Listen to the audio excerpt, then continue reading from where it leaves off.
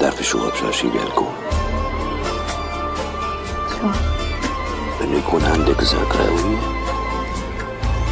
وذكريات بتوجع. تتذكر التفاصيل. شو صار؟